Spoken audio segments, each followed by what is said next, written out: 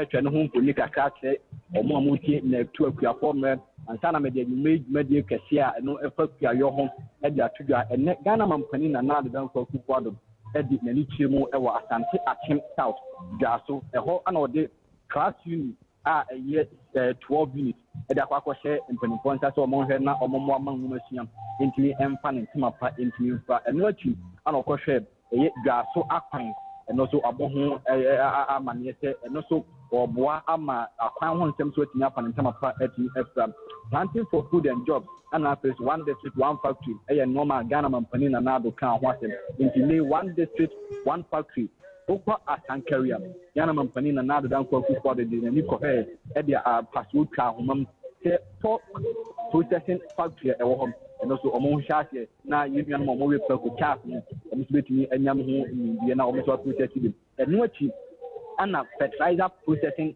factory Ghana mampani na na do dan Akufo-addo ɛkɔkɔhɛ ofiri hɔ no so ana ɛkɔ krofa so ɔmo akwan Ghana mampani de na n'ani ɛkɔkɔhɛ dan so ana Asante Akyem Central ɛhɔ ɛyɛ kɔnɔngo ɛhɔ so nwoma sua ɛno so 12 unit classroom Ghana mampani na na do dan Akufo-addo akɔde ne akɔhyɛ mpanyinfoɔ nsa sɛ ɔmo so ɛmoa dormitory so ɛka ho ɔmo akwan so ahwɛ ho asɛm aka na di twatoɔ ɛwɔ kɔnɔngo ɛyɛ no so one district one factory rider steel factory ɛno so no ɔde ho nsɛm ɛbaeɛ de ɛno so ɛbɔ abɛbɔ dwuma na efi hɔ no ana yɛba bɛpie mu ɛwɔ golden bean na golden bean dwumadie no nyinaa ɛyɛ sɛ ɛnnɛ ana Ghana mampani na na adan Akufo-addo ahyɛ sɛ nnipa maako aduonu nkron ɔmo emra mɛyɛ board members na ɔmo nhwɛ na ped planting for food and export planting for food and jobs ni no man akeka ho yɛwɔ cocoa ana yɛwɔ tree crops a ɛno so ɛbɛboa na Ghana ha do yɛ nyina yɛ ne etua edi sika ɛba ɛyɛ cocoa ntinem ɔmo de ɛyɛ tree plant no ahodoɔ nsia ana ɛba bɛka ho sɛ de bɛyɛ yɛ ni bɛku ho na yɛtumi ɛde akɔ ama no ne no so atumi aboa me sika sɛm atumi agyina yim na yɛ yɛka ho asɛm ɛyɛ cashew mango rubber coffee oil palm cocoa and coconut tar crop and swing and abegyaku a Ghana mampani na na dan Akufo-addo apa omontuma omobo taye ne se omo beboa na yetini adua na dodo yetini aye na aye fe yetini apegyam e de akowiase afa na nyina na man Ghana so etini anya sika e de afi mu eno ana osofo no ene hwe kua ho nsem Dr. Akuto afi HSM eni no aban no ebo no homoden aboa na de obetini aye abo Akuafuo itewe eya Akuafuo titru na ebo mo na da bia koko eni yetini asere ya hye na abo man Ghana sikasem nti eni oswafo akasa wa fese Ghana for entire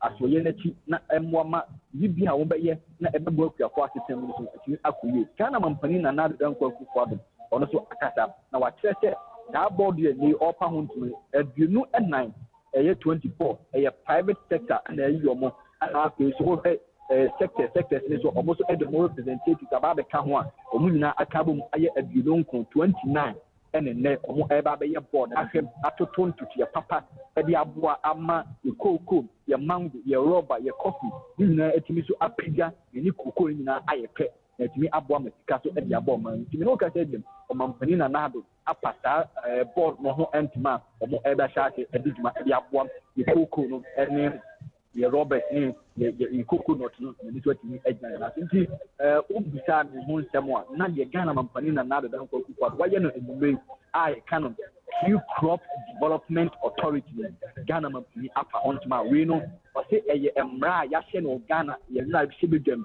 a Ghana Mmre no ebo ho ban na o kyerɛ sɛ eye at 10 no anani omo agina so timi edi sa dwuma nti na rapini ibitania ehonsem edi edibu for ona bebisa na yetiri edi atuga.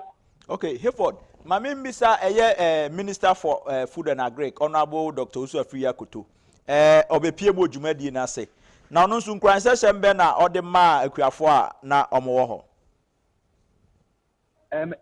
Nkranse semo a Dr. Edema Akuafuo enyina se o kyerɛ sɛ de koko ɛho wɔn paso na ene na aban na huru hyehyɛ papa Hayford ɔde ɛba bɛboa dapani na den koko na aka no koko sa na kumari kana ba pa o So say you Kumerican, you know, the Bibian, you teach your Honkaga. It is you will say Kumerican. Coco, you cocoa, no. And the kind of cocoa, and they are cocoa, no. Matias, my free Kumerican, about Kumasi. If you cocoa, no. Name yet the Biabe Kahon, a year mango, a year coffee, a year palm oil. Oil palm, abeno, abe, I know my renum now, and you will say, we are posted. Aba ebeboa awmampani emana ya akono ntia form who na omunnua na we no ye ko international level na no so tinya bo mo so tinya sika e de gu buto na enkoye koko nko a we mum cash no so e de sika beba cash sika wom na no so tinya bo ntia form who ti doctor tu Akuafuo no asese omo so nta atoye na ti se be ya enuma papa awmampani eye no obetimi akoma Akuafuo abra botinya konkan then compared to the Okoti Ahasua, now over Unisika Bienfield. We also be a barber. I mean, we see Katem at the what took your pop.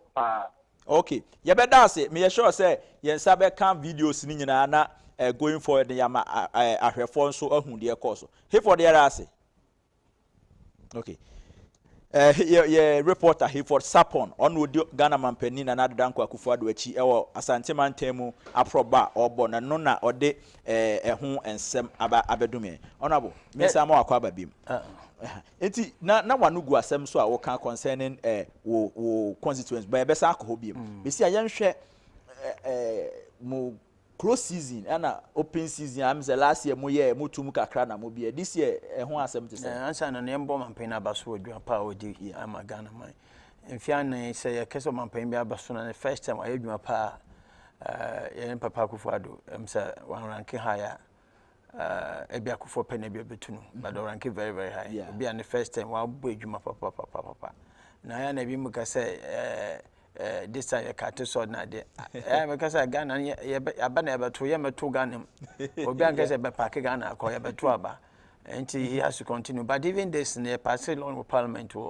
I think around maybe April or something Mmre bem kakra and into me na afide odisi from obaba and see as you born abaso so say ama parliamentarians edwuma ye no yakwa and here papa say benya authority and board bia between promote even say me hwe kwa say me bedu be bia cashew board be coconut board mango board but into imposing in massive way say coconut yes say be one authority be hwe all those 6 crops and so and it's a step in the right direction and we can always Ghana better in future say between ma afi adwa akwadwuma so ehun fa so akwadwuma wom obi ope kwadwuma ye no sisi awdu akubi a ebi ne kwan mango sherbeta palm nut rubber ne ekeka wina na ebi ne kwan ma say afi de ne so aban be so ma anko so beto de akwa ma no ne enti so be ya ne kwan de homa enti ye bo mampenya abaso na close season yes last year mam ka sam ka krancho close season no wo hwe yen 2002 and aban de shembrem say Akuafuo time de shembrem say be close season na in fact following that and yes answer the share yen management plan and it's abro so mo ntumi anya akokodro obi anya akokodro because afrafo no omo asam ti ase na na kweche kakra babra na mo hwe dan we because wo kan papa no obi so na mechi ka chen se be se wadwuma obo beda do be se wadwuma enchi omu hu fa so a ewo ade ne mu ba yame charge Akuafuo-addo buy no shen poti se yenye se wadwuma no en ko fu ke jingita wo de ahye se na edin but eventually I think ye me yampa ba ye ma me afole oye oba de but to sin na pese ade na aka se be yampa ba ye ko chinchin radio soup TV so na ade ne ko fu kasa e chima panu ko bia de so district I wo Ghana won pano yankom ye kom ye ne om kasa e mom nya jetum sampa sa fe de ye topo no mu tie ye tum 2019 now before then na mamaka say NDC time they succeeded in closing the sea for industrial fleet trawlers no 1 month in November but hereby na February 2017 na November 2016 no year February 2017 na yes and this so it just say within a short time 2 months from there no yes every year year 2 from 2 months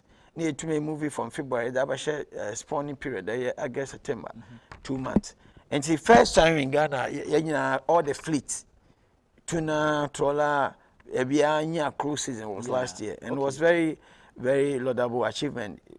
We should say Akuafuo no normally I no more register na ye pass amujetum. I feel so can say but COVID buy no as a sign makakra trawlers so much feature and Akuafuo no so COVID and so na ama afredwuma na bibi kakra cha ya anti afei na you say already nankasa because you are too potting and number bring banner there and I say we kasa won kopo so afei dey ahwa create food security issues, shortage issues and in the wisdom of the minister no only mpaying kasa na say sadia this year no ye be wa kakra say we know in normal times na in those times and so we are there also because we are then very na fi what your house on koso akoto amanfo so. And I think some penny crowns can say what this food processing chain and the truth of matter is yes I jai close season now kakam me chenko phone say since I close season we in 2019 no I am go focus fishes contribution to agriculture and akufo this particular year you record increased production both in the artisanal and trawler side and agric you see most of the industries are recording contracting growth, but agricultural fishes there now also are growing because of the close season. Ama enam kakra abensumo. If you continue continuously another every year for the 5, 6, 10 years, I think that we're likely to see improvement in fish stock levels. Biomass. Okay. See, I share aquaculture development. Mu ministry see amudu mani asise mo beboa na amanfo nso atimi do mo ho agim na obi ayen enso mu nam ibi no say na mo moa mo de ma amanfo ne mo program o ministry nso. Okay, me starting say ye can abondero ya kan mo bi ate say na ya kan mo bi ate de ponu mu nam no akofom the stock level especially of the pelagic stock no akofom enti Ghana so ye nam papa every most of the countries around us, and I within South African, and say ama enam do aye hiano yen cheda yen fi ponu papa yen subano so why and the ankobra na pranazi we no more because of the galamsey effect that it's affecting Voltanana Sicilian and no so it has been overfished. Most of the first then can say the last count there were about 67 species. Recent counting about 13 different species. From 67. 70. So a lot of species have extinguished. Into ama number nusun moko for mtiama wonyenam da nkano. Into consequence in order yet to me a crane me famon neba. Enya zo hawaban or hawina into a genius said they to improve aquaculture. Yeah, by no we have to or there should die the baby shema what aquaculture because even aquaculture or hotter that door. So on yada agbashenko fun crane or be so this kind of portrait the pigry. Why there on fishes aquaculture. And see, Anka say introduce a program of aquaculture for food and jobs. Okay. And aquaculture for food and jobs may in there. Yes, say ponds, 10 ponds at one location, or every region at least. Every region we should do at least one. But as I'm speaking, there are some regions Accra, Accra, for instance. Now, there are huge groups. It's actually a policy to support distressed fishing institutions and fish farms, and then youth groups mainly. Okay. And then institutional. And if you're institutional side, now I started with James Camp Prison, Accra. You to me, more 2 boreholes. I guess 2 boreholes, into 4 boreholes. Okay. You have more fingerlings, about over 3,000 fingerlings. You have more fish feeds, about 320 bags of fish feeds to support them to produce one cycle. This is out in there, and the second cycle. You better share a video, no, just Taunia Samra. Omo ye aquaculture, be almost dom washing na more ye na. Home fast one more mo de bomb yentie ni kakra na yensan to enkomo twehwe ne so Shatoyman terminate radio stations ahodo be fish pond e won si atra ma ye nyina ye nyado e di akire di o shaase na ye ko hu fishes for no on be hwe asase no on ba ya no so o mo kire yen se asase no eye se utu fish pond ha ibeye ye fra me Owusia Florence and na me kuru so de Kwan Joseph ye started twin in fact 2-3 years ye beda fisheries for no ase oh kwana amode ye fa so asase e wo fish no ne ye ne ade. The hatchery of the Pilot Aquaculture Center in the Ashanti region. This is where we pick our fingerlings for the farmers in the region and then beyond to the northern region. Several years ago, this place was not like this until the WAF project came, and then they started beefing up the place with equipment. As we can see now, they have oxygen tubes and then other equipment which were supplied by the World Bank project. This is a compressor that was given to the center by the WAF project. Basically, what it's supposed to be doing is to help facilitate the production of dissolved oxygen, which is a major requirement for the growth of fingerlings. Na yakoto fingerlings yato free akosomo yato bi free tema yato bi free kumasi na enam aban ne fishes for adamment ene ya nkasa yitimi pai fish ni bi ewo iha the farms ha nti se ya yenkoba bia nkoto na ye pai wo mtitimi pai dudu bia ye pe estoko ewo ye pondu sisi akra no pondu we da ye ni fingerlings wo ma yo ababe 6-7,000 ewu ena de ya pai wo inside do no so be 15 to 20,000 ewu ma eye ya nkasa na ya ye pai ya de ne astoko ewo ha ya nti ye de asidama fishes for no. The Ministry of Fisheries and Aquaculture Development and Fisheries Commission recommends that all hatchery operators take their broodstock from Aquaculture Research and Development Center. They are working on the Akosombo strain.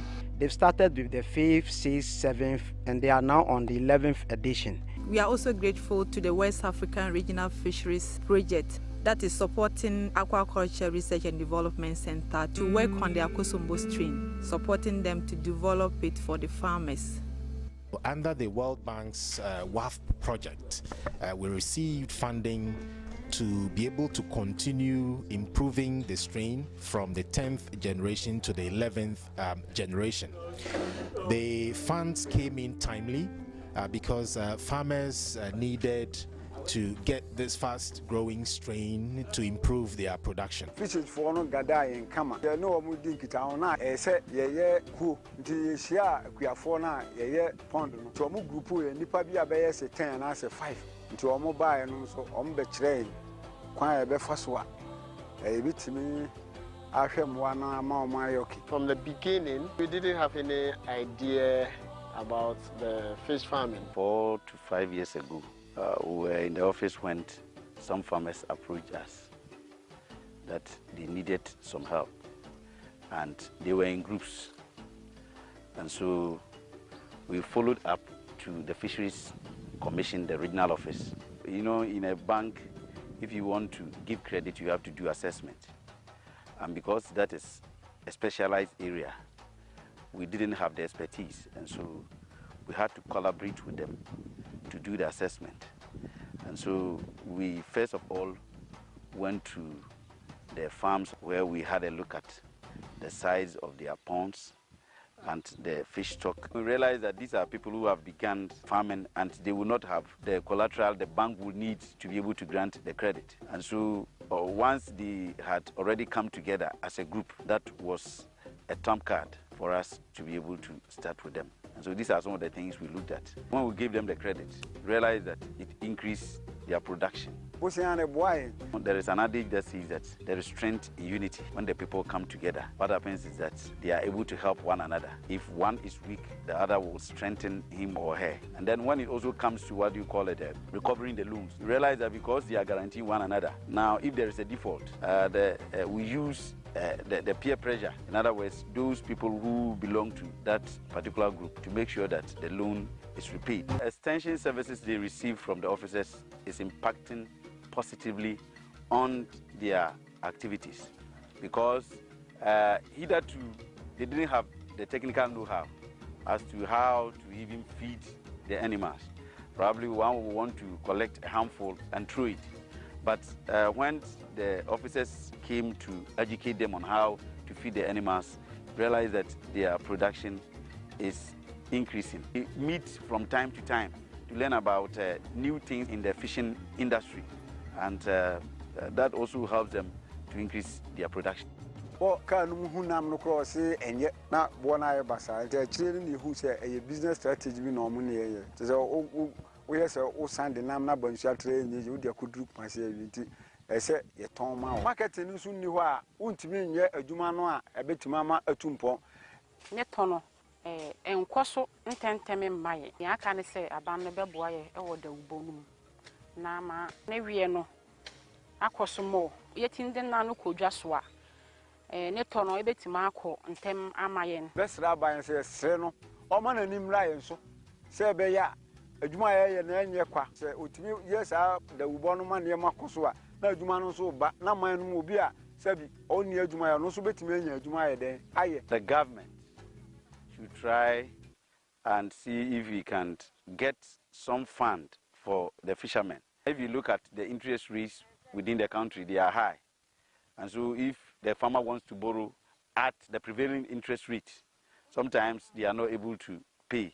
And so the farmer, the government should come in and set aside some money that could be given to the farmers to make sure that they are able to raise the fish and then be able to pay.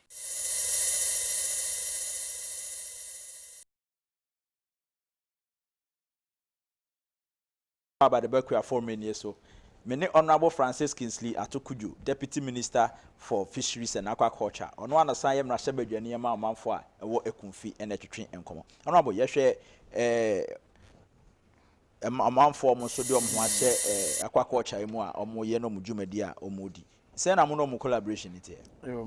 I'm saying one share on most of them are actually independent farmers. Yeah. Now, about independent farmers now, and mostly among extension services are in the process of the extension services. No, you time on Nimdia, Nimdia would be your pond, send you be can send over hatchery, but pie and one.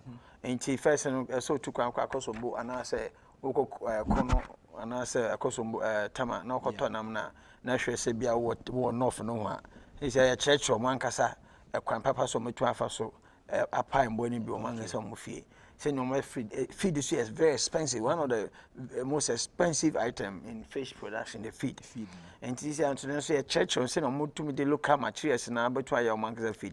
So shall my men and no chrono, or my your feed no more dry or more dry. And see, then so a show senior because so when him dinner with the local materials, what to bro to so good I didn't want oh yeah, can never from Kaka. A show on there. And those are the, unfortunately, we are not so resourceful when it comes to financial support. We work with ADB, but the best thing is you introduce you to ADB and then just as they will give any facility. Once I say capital is very limited in Ghana. I mean, capital access is strict, and so they have very competing ends. Industry compete, commerce compete, agriculture, farmers compete, also fishermen and the risk in fish farming is a little bit high. And banks and also responsive to them, Papa. But this time, IDB Akasan today actually have a portfolio of supported fish farmers. And say, yeah, bonus are so, but you will feel why you were aquaculture for food and jobs. And they are young, they say, Brana by a program. And your course secondary school, near your Chankoran, your Fankoran, your training home. You have chance and we are pounds in the sky upon the number. Yet the Namna Gum, yet the name Gum, be Bian, a bay, Danon Bamoyan, and then say, Paso Musia, Tomodian, some Beshem one, a Mosham Buano Musia Senior, to move your school, a change bumper some so quick, Juma, almost Quabi. And I know a massive, make us say, you were about 13 regions of the new system regions of Ghana. Okay. And I was 108 pounds a year to 2 work, 13 regions. You were cages now, this 108 pounds. 108, wow. Yeah. And I was cages now, this 1 to 2, and so about 13 cages so far.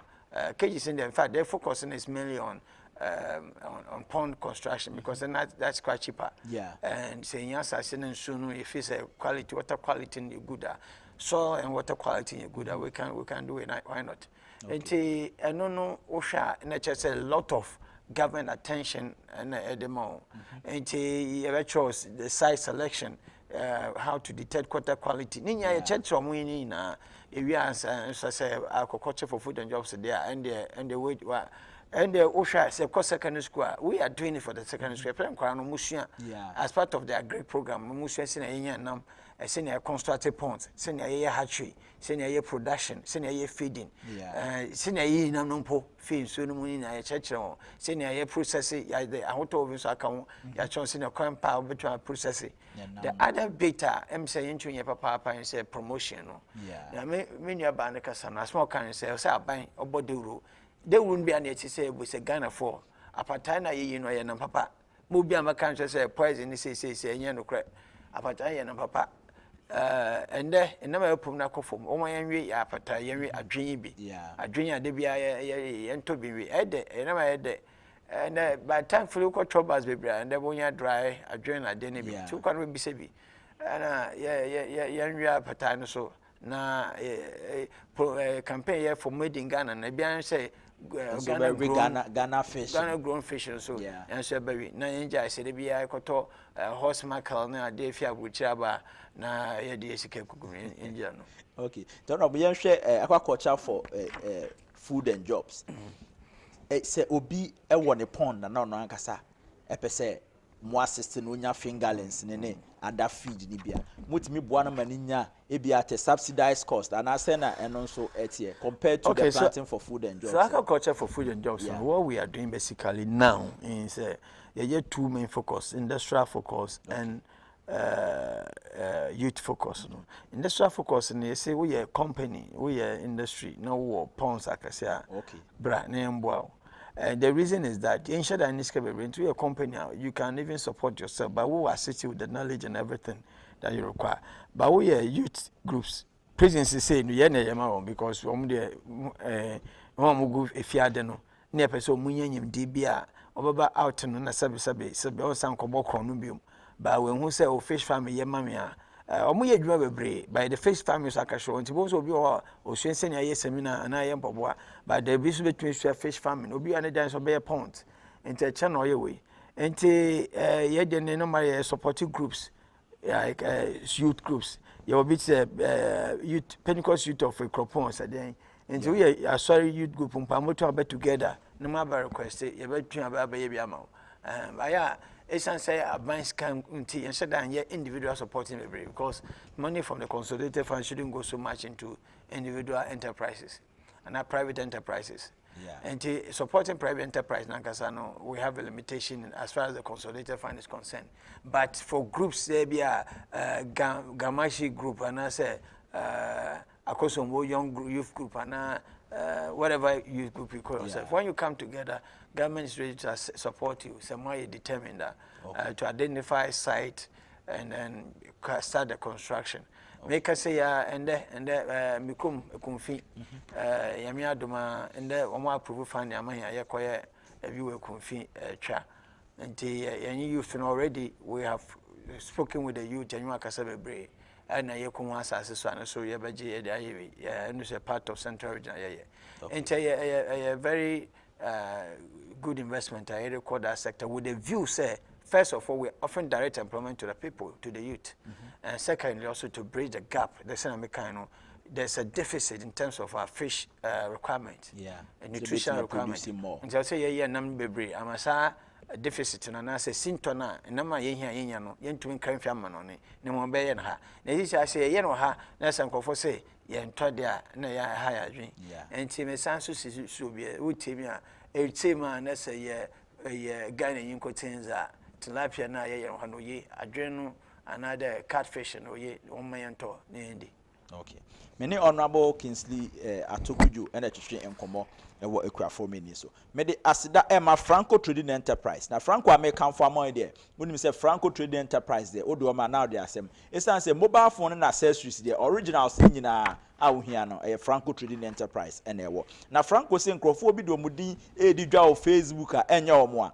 Nti Franco app na angasa na say Franco ni Facebook page no. Okọ hɔ a Franco Trading official Facebook page no na 100,000 likes 100 100,000 likes and oh enti hu Franco Trading 100,000 likes on Facebook na ye omwa na ho de omo nneoma omo ton nyina obetimi a request bi ho obetimi atom nneoma ne nyina so omo website www.francotrading.com and also call Play Store and say App Store so obetimi download the Franco app no now they are turn nneoma nyina ewo ho na nneoma abeto online nyina Franco amount 30% discount enti Franco Trading Enterprise ho and eso okoto phones any accessories nyina isa say originals ne de ho epe na onsa ebeka no Franco eso oji mobile money na the mobile money na oji no ne pay code no 189480 189480 enti no na opese otua mobile money asa pay code we na be use na one Franco e de atwetwe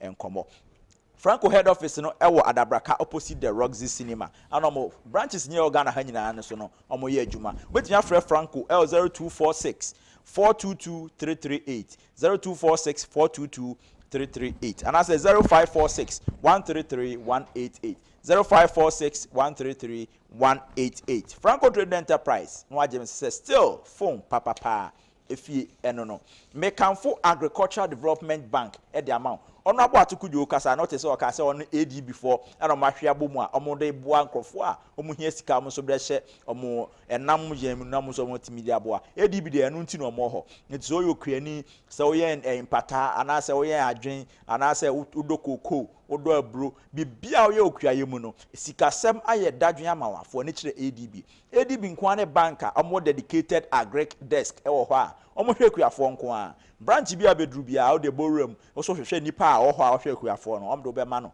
na wa kirekiru mu kama na mritia achi no onsa aka osika na o de akwa kodi ujuma ADB nso se COVID-19 bre ya bai men prepare ho kodi line mu o bank se okwa ko yiska obetimi ayisu o mo digital platforms nyina mo ATMs nyina ye adwuma omo short code star 767 hash eno de for kra ultimate ye mobile money bibia person de ultimate talk credit ultimate send this to account e man ye de kra keke wan kasa da no ho bank manager ne download the ADB app ni bi utifia a wo your deposit na withdraw na wa send this scam me na wa send bi ama honorable na wa send bi de person de yi bia na ultimate de ultimate so sika no asem so ay kama ni nyina bank ba ko pe ADB ena ye sa ne ma we nyina ma nti for ne che ADB na no mo ntwetwe nkomo no mo so ntimi mu a na adwumadie enye kama Ubetimi afre ADB 0302 210 210 0302 210 210 Upesa send o email so a customercare@agricbank.com nemo ADB se menka se COVID-19 enkoye edase wo krom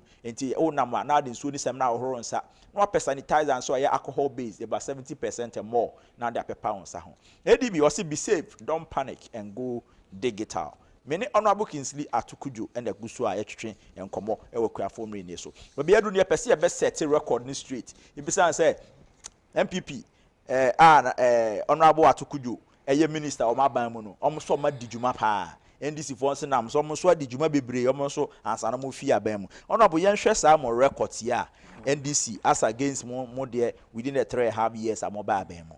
Yen ko Elmina na say processing plant bi a NDC for ye ja ho but there's other 6 cold stores bi ene ehonsem yenka eno taw na fe yembra onso mo dia Mmre there's a processing plant bi Elmina na mention history Ghana for what time me fanto papa na want kan fanto ye de processing plant no oye ma me Gladys Asma okay ena negotiate processing plant by na I think it was not Spanish government.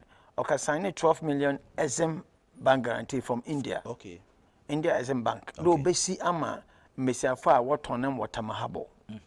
Fish process or water mahabo no. Yeah. Obesi fish planting no hamon. Ama why fish processing na yama wa na do ho. Enti also government process na check. Enti ideas in by science no. Yamani is kind of by around 2007. Yeah. And by 2008 no, you importing yamani na by say by ehon ekoto abana ankoye na MPP fiso. Yeah. Inji by 2009 na MDC buy no. Ena ya kraya mai na aba. Okay. Ya kraya ma buy no. Esansa ye NPP project inti NDC decided so omo ye hwe. Nto wa abandon project. Nto ma abandon project ma nyama no gwedwem gwi. Meanwhile, before I be kono so, ena ma mega de asma na panyikufo mo akakate so do ma ye 2 harbors but Ghana for mutemutenye. ye be 2 fishing harbors well mina. One site na ye de fishing plant na kese no. Okay. In another side na CCA no President Akufo-addo harbor ho no. Na nya e ba ne say osan say na osan de na President Akufo akaka to so de my mega de akaka to so de obey harbor no. Na NDC phone to one harbor nti wo ba so also obey harbor no okay also the promise obey harbor no bozibo to end. Okay. first term up to 2012 when to my year. 12 kwa ma ebe do 2015 2016 when to my year. Okay. And now quickly Akuafuo gbefu ho welmina that ehu anke ye kufon by harbor e bia man ye to am harbor be na akumpu an ye. Yeah. When that buy now wotu no he also buy amon wa budget side we clear why bibia wa clear when and obey harbor no for 8 years interval when to my yet my make sure nyama na gadis asma cry there or machines are there or they buy you know plant watama ye buy plant watama fish processing plant and this is tama harbor yeah na ye 2 harbors will be na Muhammad Shah no action until quickly although katam fish processing plant and ye watama no or the besi elmina not besi baby aye they buy harbor no one of them. Okay. And like was he just pretending say the land that had been prepared as I say akaji say there's by a harbor no one was a planting kwekesi. Okay. Is what chair for harbor na bon planting of the kwekesi on so first of all nyama no were from 2008 next to 2016 for 8 years enwa no were yeah na ehwa moya we when there wo buy no was say the man with a fish feed processing machine back on. Okay. Fish processing machine our year no uncle well 1971 maybe 49 years fish feed was 1970 it's older than me no we dey so 2016 was you doing year 12 million akaje there by no it was supposed to do everything including effluent effluent in the obaji in suna a process fish and suna obefima ba no okay as I say now what's the planting we no effluent in no fado ya when there fish processing plant and ya can yan dan keke MPP administration was going to bring a fish processing machine as a fish keshema obo pay na we process ewie na equal plant no ma machine bi no si ho wan kasa de wona mboko na apa ne minim na de won say yi awo na be pam na ahoro ho na yi the only thing na oye a little bit mechanical ho rubber na was a wrap nam no ho enti pem ho hu we twatwa ho na de papa bia mpenya one manually but the fish still human factor no and yeah manual okay the only element or mechanical rubber na de fa ho enti first of all because of effluent into people are not even go there to process their fish very well. Yeah. Number 2, yenye harbor Elmina. And in number of the one toko. So they don't get enough fish. There are a lot of coasters there. Yeah, about a lot of coasters. I mean, become many mistakes. Yeah. The coasters are running. ABSC and we don't do that fine. And nobody can buy any of the coasters because Elmina and number of Banosa. And see, they don't have enough for the women's daily purchase. Okay. But many people are doing hey adreno impossible dino the visionary or no ose yemfa visionary no ose yemfa den sita mahabo o sand ho ship akasinya as number ho enti o dey be yan na able process and no so ho mfa manual machine either PFC what the tunan who the tunan okashema ehune bi enti hu the tunan kwa na ahwe enti kwa mahwe tunan akasene pon na machine na obo pe na o hye chance. Okay. That is fish factory. But that's not what is there. And see, fact you know, the only thing to my in ice plant. And number 3, I am the fourth one, I am the macadam. It was given to party faithfuls. Oh, okay. To run. Let me say there. It's also a fair statement, but in Power and Rafa Spectrum, they have done very well. Look at the challenges. In fact, they have been so sincere and faithful. But unlike Rafa Spectrum, why are faithful and sincere or plant or send or push and anchor so Korean and Doka India from Bano. Other coasters now, 6 coasters now, Akufa Kufoka far by no. No, so guys, that's my Korean or Kafa by. Yeah. yes, started 2000. Or by no pump a Spanish from the one more yet. It's a Spanish from quay. A cheap crowd on which you want or for don't know baby see. Next year, 2016, over 12, another 8 years, over 12 and OCC. OCC, you know, my party faithfuls. Oh, they're on run. New Takrade, what the man, my damn was a fan I read to today. No, it's the original Western Regional Women Organizer. Yeah. Half a scene was my NDC chairman.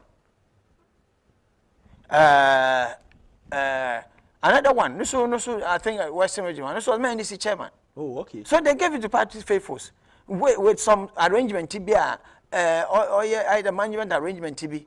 They have run the tender with higher electricity costs.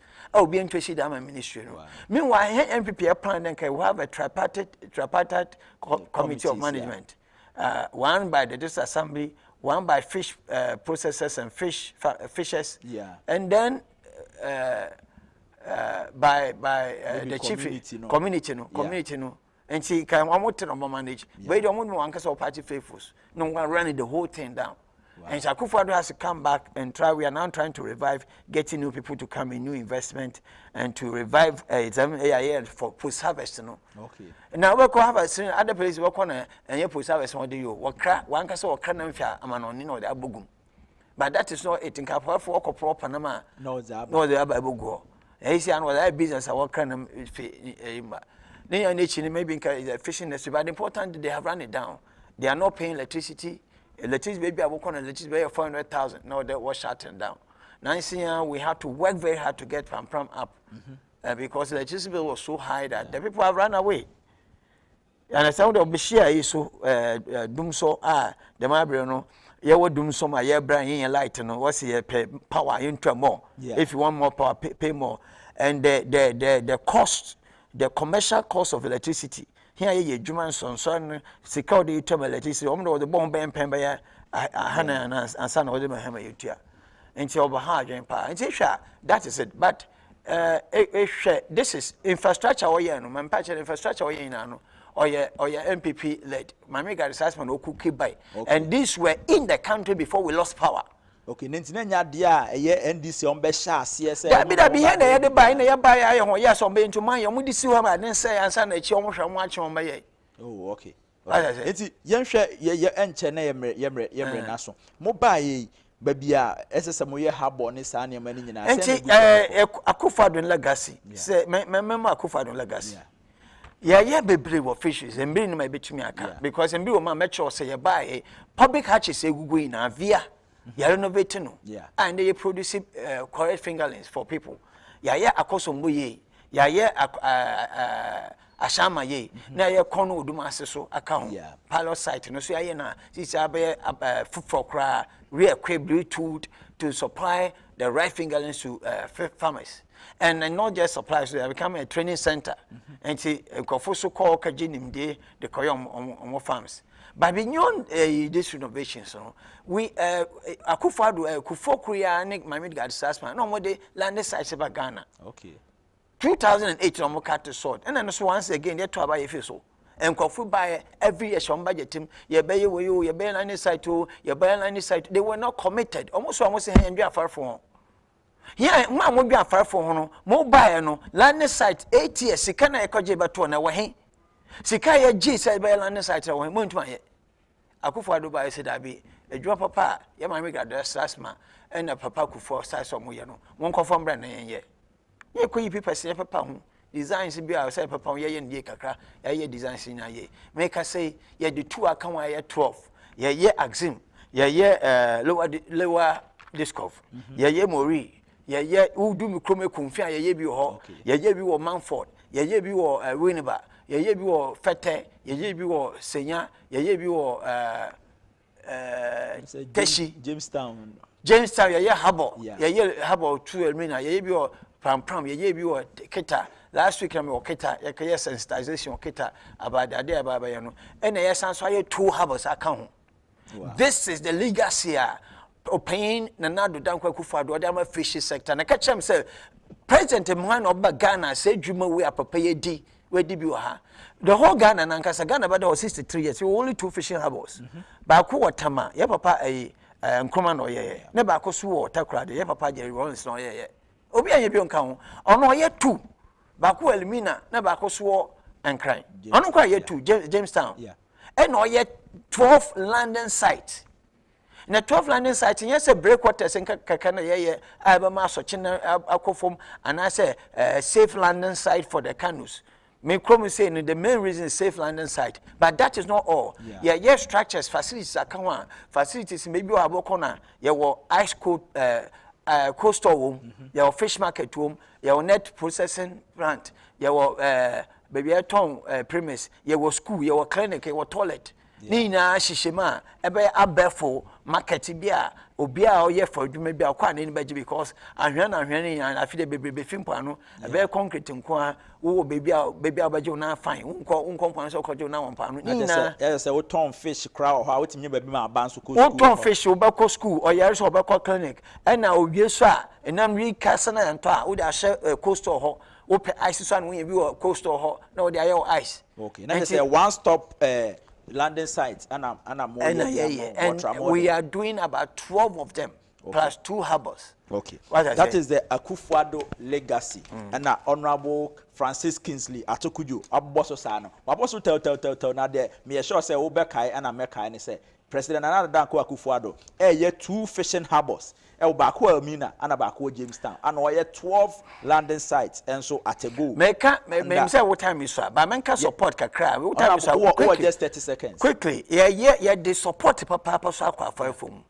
This is a banya. Last 2-4 years now, yes, album motobi na say 2 year 2,400. A ban with the album moton 13,000. 13,000 album to know all the break of 4. So far, he have about 3,000 to about 4,000. In fact, we move out that 5,000. Matter some then crab. And it's 5,000 here, but there, then we have a lot of. Me 30 seconds. Chia ekunfi for natural mon. Yentia 2020. Yo me da say ekunfi for mo so far to kuju no kese na de bia mu dem ze me dem ase papa da mu nya mo ya adwenda afi ya 20 sabrense sensa no mejitum no wa to about my MPP last time, especially to Mananado and Tukujo no ehwe factory kasa yenye suo na ye bridge na wa ye na hospital polyclinic na da na nyama support be right wo ekrokom na inu ho na oyem de bo hu da for the first time so atwe about my MP and so for the first time be minister de bia hu TV do radio kasa obo okọ ekonfini de be konfini di koso sise konfini kra no ya diniji na she because eku juice or baby yes more international market yeah international konfi international eku juice and because of akufo-addo na tukujo entinya kan say yedin kwara mo fa mo ko school mo university free mo ko ya support university ya support tertiary schools tertiary institutions mo ina mo ka ho na ho ayi osu adwuma yes 2020 o ya tukujo o na nado ya sra ho no mo hemfia na adwuma pa ya ye we konfi no ya fa nkan otonfo Agyapong imuna for what to end this no imuna what to end this no wa Agyapong there over support him ya koda one search for kai crofo for ka and if you support if you abaka if me say atukujo na nado na work 2020 ya dem ase there mo Agyapong na moze we mention mbesafo bi atukujo queens ya atukujo royal ladies menu no we kumpano mbesafo a support him otom mbesafo support him na youth groups bebre imuna boys na otom boys na it is true boys na dey na no atukujo say it is true boys no mo pe na me kai mo atukujo so ochia mu nyina yeah enti said they can say 2020 4 more for atukujo 4 more for nana we dem join wo when me ba of course 20 say me 4 more Akuafuo ne anana o kan ho ayede bro ye ne Honorable Francis Kingsley Atokujo o ye MP ma ekunfi ono ano sen deputy minister Emma Ministry of Fisheries and Aquaculture Development and then ye twetwe nkomo ne ye hwe enoma ekoso ewo yekua ye nsem de sedama Agriculture Development Bank ADB so so aso yas ne de Akuafuo ne ebre wa sedan so nkoma Franco Trading Enterprise ye bo mra ne se phone papa efie no asedan nkoma production crew ni nyina headed by Johnson Abiugleme asedan nkoma safo ohwe sound mind focus ne kwasi ni sin na mo hwe ye camera ne mai ejando enso bo adwuma MCR ede mai ana Kobe Scratch ono nso na okeka videos ni nyina esi anima na me shadow producer producer na naba anan menso aseda enkoma me am di dwumadi ho chia me de Albert Asomani adomdome ya na atwese na ebesan hia na dwumadi enso Saturday ebesan repeat no e on 2 TV anwumre 8 ekosi 9 enti unua bia ntimi ahwe obetimi ahwe e wo Saturday anwumre ha ene de besi yakramo